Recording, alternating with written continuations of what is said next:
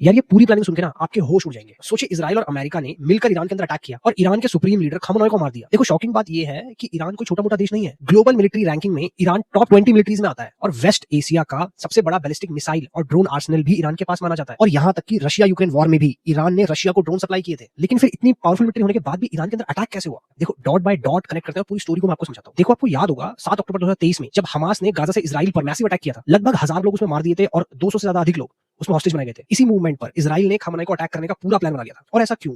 क्योंकि ईरान ही हमास को फंडिंग करता है और सपोर्ट प्रोवाइड करता है। अब देखो इजराइल को ईरान के अंदर अटैक तो करना था, लेकिन उसको पता था कि बिना उसके एयर डिफेंस नेटवर्क को डैमेज करे वो अंदर नहीं घुस सकता। अब इजराइल जो है इसके लिए प्लान करता है। 1 अप्रैल 2024 को सीरिया में डमास्कस के अंदर इजराइल ईरानी डिप्लोमेटिक कंपाउंड पर बॉम्बिंग करता है। यहाँ पे इजराइल का मोटिव था कि वो ईरान को प्रोवोक करे ताकि ईरान रिटेलिएट करे और अपने डिफेंस सिस्टम एक्सपोज करे। और हुआ भी बिल्कुल यही। 13 अप्रैल 2024 को ईरान ने रिटेलिएशन में हंड्रेड्स ऑफ ड्रोन और मिसाइल इजराइल पर लॉन्च कर दी। अब सरफेस पे तो ये ईरान की तरफ से पावरफुल रिस्पांस लग रहा था। अब इस अटैक में इजराइल ने ईरानियन रडार्स की लोकेशन लोकेट करी, मिसाइल कमांड नेटवर्क्स लोकेट किए और ईरान का एयर डिफेंस रिस्पांस टाइम भी यहाँ पे इजराइल को पता लग गया और यहीं पे वो ईरान के एयर डिफेंस सिस्टम को डैमेज करने की बड़ी प्लानिंग में लग जाए। और होता यही है। 26 अक्टूबर 2024 को इजराइल एक major air defence strike launch करता है। 100 से ज्यादा एयरक्राफ्ट ईरान, सीरिया और इराक की 20 से ज्यादा लोकेशंस पर अटैक करते हैं। इसमें ईरान का S-300 एयर डिफेंस सिस्टम पूरी तरीके से डैमेज हो जाता है और ईरान की जो मिसाइल्स फैक्ट्रीज होती हैं वो भी डैमेज होती हैं। और इसी स्ट्राइक में ईरान का एयर डिफेंस सिस्टम काफी हद तक डैमेज हो जाता है। अब जब ईरान का एयर डिफेंस सिस्टम वीक हो गया तो इजराइल के पास पूरा मौका था अंदर घुस के खamenei को मारने का और उनकी न्यूक्लियर साइट्स को डैमेज। अब डोनाल्ड ट्रंप यहाँ पे न्यूक्लियर साइट्स डैमेज करने का अप्रूवल तो दे देते हैं, लेकिन खamenei के असैसिनेशन के लिए वो मना कर देते हैं। फिर 13 जून 2025 को इजराइल एक मैसिव स्ट्राइक लॉन्च करता है और न्यूक्लियर साइट्स टारगेट करी जाती है। फिर यूएस इसमें एंट्री लेता है। 22 जून को यूएस B-2 बॉम्बर से ईरान की न्यूक्लियर साइट्स पे अटैक करता है और इसमें काफी हद तक ईरान को डैमेज होता है। और इस अटैक के बाद यूएस ईरान पर प्रेशर डालता है और सीज फायर साइन करने को कहता है इजराइल के साथ और काफी हद तक सीज फायर हो भी जाता है। लेकिन फिर यहाँ पे ईरान एक बड़ी गलती कर देता है। ईरान एक प्रेस रिलीज करता है और बोलता है कि हमारी न्यूक्लियर साइट यहाँ पे डैमेज ही नहीं हुई है,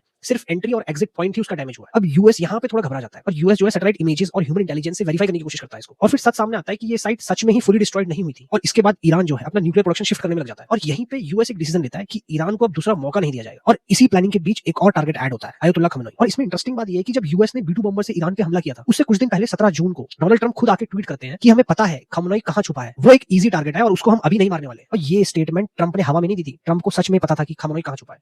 कैसे? ईरान ने क्या किया, सालों पहले अपनी कैपिटल तेहरान के सड़कों पर हजारों ट्रैफिक कैमरास इंस्टॉल किए। लोगों को लगता था कि ये सिर्फ ट्रैफिक मॉनिटरिंग के लिए है, लेकिन असल में ये ईरान के सर्वेलेंस सिस्टम का पार्ट था जिससे गवर्नमेंट प्रोटेस्टर्स और अपोनेंट को ट्रैक करती थी। और यही सिस्टम मोसाद, जो कि इजराइल की इंटेलिजेंस एजेंसी है, उसके हाथ आ गया था। रिपोर्ट्स के मुताबिक मोसाद ने उन ट्रैफिक कैमरास को हैक किया और उन सारे कैमरास में से एक कैमरा खamenei के बॉडीगार्ड के पार्किंग स्पॉट को कवर करता था। और वहीं से धीरे धीरे इजराइल ने गार्ड्स की रूटीन, एड्रेस और सिक्योरिटी पैटर्न्स ट्रैक करना शुरू किए। और फिर तेहरान में अटैक वाले दिन मोबाइल नेटवर्क्स को डिसरप्ट किया गया। कोई वार्निंग खamenei तक ना पहुंच पाए। ह्यूमन इंटेलिजेंस और सर्विलेंस कैमरा की मदद से इजराइल के पास पिन पॉइंट लोकेशन थी खamenei की और फिर 60 सेकंड्स के अंदर ऑपरेशन एग्जीक्यूट किया गया और खamenei मारा गया। ऐसी इंसाइटफुल स्टोरीज के लिए please do subscribe to our channel.